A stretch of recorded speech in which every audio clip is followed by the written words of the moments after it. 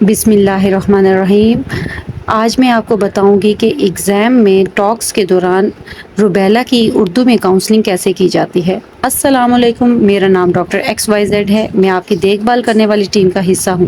آپ کی رپورٹ سے معلوم ہوا ہے کہ آپ کو روبیلا جرمن خسرہ کا انفیکشن ہوا ہے یا اس کا شبہ ہے۔ میں جانتی ہوں کہ یہ خبر سن کر آپ پریشان ہو سکتی ہیں، لیکن میں آپ کو آسان الفاظ میں پوری بات سمجھاؤں گی تاکہ آپ کو معلوم ہو کہ یہ بیماری کیا ہے، بچے پر کیا اثر ہو سکتا ہے، کون سے مزید ٹیسٹ ہوں گے اور ہم آگے کیا کریں گے۔ اگر دوران گفتگو کوئی سوال ہو تو ضرور پوچھیں۔ حمل سے متعلق آپ سے چند سوال پوچھوں گی۔ حمل کتنے ہفتوں کا ہے؟ آخری ماہواری کب ہوئی؟ پہلے کے الٹرا ساؤنڈ نارمل تھے؟ یہ پہلا حمل ہے یا پہلے بھی حمل ہو چکے ہیں؟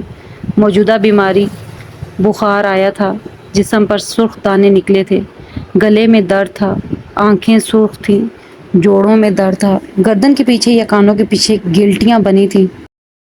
ایکسپوجر ہسٹری، کسی روبیلا کے مریض سے ملاقات ہوئی، گھر یا اسکول میں کسی بچے کو دانے والی بیماری ہوئی، کسی کو خسرہ یا روبیلا تھا۔ ویکسینیشن کی ہسٹری، کیا آپ کو بچپن میں MMR ویکسین لگی تھی؟ شادی سے پہلے یا حمل سے پہلے ویکسین لگی تھی؟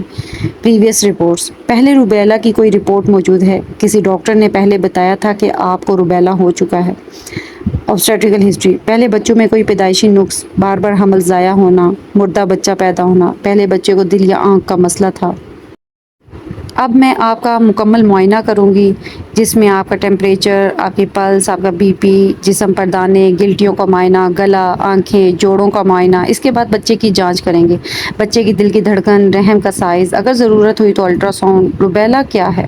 روبیلا ایک وائرس ہے۔ یہ عام طور پر ہلکی بیماری ہوتی ہے۔ بچوں اور بڑوں میں اکثر چند دن بخار اور دانے رہتے ہیں اور پھر بیماری ٹھیک ہو جاتی ہے، لیکن اگر حمل کے شروع کے مہینوں میں یہ انفیکشن ہو جائے تو بعض اوقات وائرس بچے تک پہنچ سکتا ہے۔ یہ کیسے پھیلتا ہے؟ یہ وائرس کھانسنے سے، چھینکنے سے، سانس کے ذریعے، مریض کے قریب رہنے سے ایک شخص سے دوسرے شخص میں منتقل ہوتا ہے۔ بچے کو کیا خطرہ ہے؟ یہ خطرہ اس بات پر منحصر ہے کہ حمل کتنے ہفتوں کا ہے۔ اگر انفیکشن پہلے 10 ہفتوں میں ہو تو یہ سب سے خطرناک وقت ہے۔ بچے میں شدید پیدائشی نقص ہونے کا خطرہ بہت زیادہ ہوتا ہے۔ اگر 11 سے 16 ہفتوں میں ہو، خطرہ پہلے سے کم ہوتا ہے لیکن پھر بھی موجود رہتا ہے۔ اگر 20 ہفتوں کے بعد ہو تو زیادہ تر بچوں میں شدید پیدائشی نقائص کا خطرہ بہت کم ہوتا ہے اور اس میں زیادہ تر سماعت کا مسئلہ رہتا ہے۔ بچے کو کون سے مسائل ہو سکتے ہیں؟ اگر وائرس بچے تک پہنچ جائے تو اسے کنجینیٹل روبیلا سنڈروم کہتے ہیں۔ اس میں درج ذیل مسائل ہو سکتے ہیں: دل میں سوراخ ہو سکتا ہے، پلمونری آرٹری کی خرابی ہو سکتی ہے، آنکھوں میں موتیا ہو سکتا ہے، ریٹینا کی خرابی، کان، سماعت کم ہونا، بہرا پن، دماغ، سر چھوٹا ہونا، ذہنی نشو و نما متاثر ہونا، سیکھنے کا عمل متاثر ہونا ہو سکتا ہے۔ دیگر مسئلے یہ ہیں کہ جگر بڑا ہو سکتا ہے، تلی بڑی ہو سکتی ہے، پلیٹلیٹس کم ہو سکتے ہیں، جلد پر نیلے جامنی دھبے ہو سکتے ہیں، بچے کی نشو و نما کم ہو سکتی ہے۔ کیا ہر بچے کو یہ مسئلہ ہوگا؟ نہیں۔ اگر ماں کو روبیلا ہو تو اس کا مطلب یہ نہیں کہ ہر بچے کو لازماً بیماری ہوگی۔ خطرہ حمل کے مہینے پر منحصر ہوتا ہے، اس لیے مزید ٹیسٹ ضروری ہے۔ ماں کے ٹیسٹ: روبیلا IgM، IgG اور IVDT ٹیسٹ کرواتے ہیں۔ اگر ضرورت ہو دوبارہ خون کا ٹیسٹ، بچے کے ٹیسٹ، تفصیلی الٹرا ساؤنڈ۔ اس میں دیکھا جائے گا دماغ، دل، آنکھیں، بچے کی نشو و نما، پانی اور دیگر اعضاء۔ اگر ضرورت ہوئی تو فیٹل ایکوکارڈیوگرافی، دل کا تفصیلی معائنہ کریں گے۔ ایمنیوسینٹیسس، بچے کے گرد پانی سے نمونہ لے کر روبیلا PCR کیا جا سکتا ہے، لیکن اس کی افادیت محدود ہے اور فیصلہ فیٹل میڈیسن اسپیشلسٹ کرتا ہے۔ اب ہمارے پاس اس بیماری سے جڑے ہوئے دوسرے بیماریاں بھی ہو سکتی ہیں جو اس جیسی ہوتی ہیں، جیسے parvo virus, B19، measles, cytomegalo virus, toxoplasmosis, syphilis, Zika virus, Epstein Barr virus اور ڈرگ الرجی۔ یہ سارے اس سے ملتے جلتے ہیں، جس میں دانوں اور بخار دونوں ایک ساتھ آ سکتے ہیں۔ علاج کیا ہے؟ اس وقت روبیلا کے وائرس کو ختم کرنے والی کوئی مخصوص دوا موجود نہیں۔ علاج علامات کے مطابق کیا جاتا ہے، مثلاً آرام، پانی زیادہ پینا، بخار کے لیے پیراسیٹامول۔ اینٹی بایوٹک فائدہ نہیں دیتے کیونکہ یہ وائرس کی بیماری ہے۔ کیا امیونوگلوبولن دی جاتی ہیں؟ عام طور پر صرف روبیلا سے بچانے کے لیے امیونوگلوبولن دینے کی سفارش نہیں کی جاتی کیونکہ اس سے جنین کے متاثر ہونے کا خطرہ قابل اعتماد طور پر کم نہیں ہوتا۔ اگر حمل شروع کے مہینوں میں ہو، اگر ابتدائی حمل میں تازہ روبیلا انفیکشن کی تصدیق ہو جائے تو بچے میں شدید پیدائشی نقائص کا خطرہ زیادہ ہو سکتا ہے۔ ایسی صورت میں فیٹل میڈیسن اسپیشلسٹ، گائنیکالوجسٹ اور ضرورت پڑنے پر بچوں کے ماہر مل کر آپ کو مکمل معلومات دیں گے تاکہ آپ باخبر فیصلہ کر سکیں۔ آپ کا باقاعدگی سے فالو اپ ہوگا، بار بار الٹرا ساؤنڈ، بچے کی نشو و نما، دل، پانی، حرکت سب دیکھا جائے گا۔ صرف روبیلا ہونے کی وجہ سے سیزیرین کی ضرورت نہیں ہوتی۔ نارمل یا آپریشن کا فیصلہ صرف زچگی کی صورت کے ضرورت کے مطابق ہوگا۔ بچے کی پیدائش کے بعد اگر بچے میں روبیلا کا شبہ ہو تو بچوں کے ڈاکٹر معائنہ کریں گے۔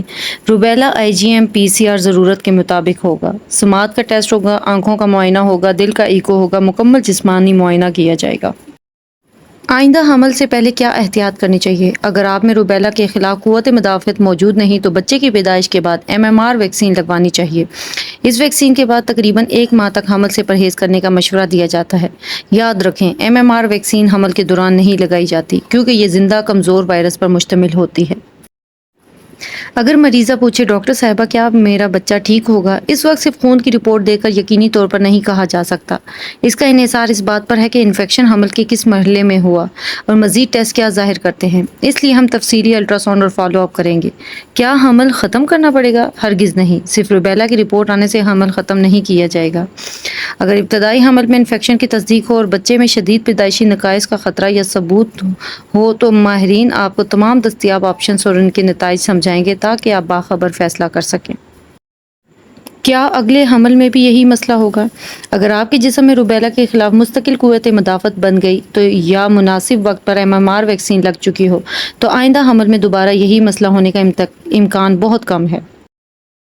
روبیلا IgM مثبت ہونا حالیہ انفیکشن کی طرف اشارہ کرتا ہے، لیکن تشریح کلینکل صورتحال کے ساتھ کی جائے گی۔ ایویڈیٹی IgG کم ہو تو حالیہ انفیکشن کا امکان زیادہ ہوتا ہے، جبکہ زیادہ ایویڈیٹی پرانا انفیکشن ظاہر کرتی ہے۔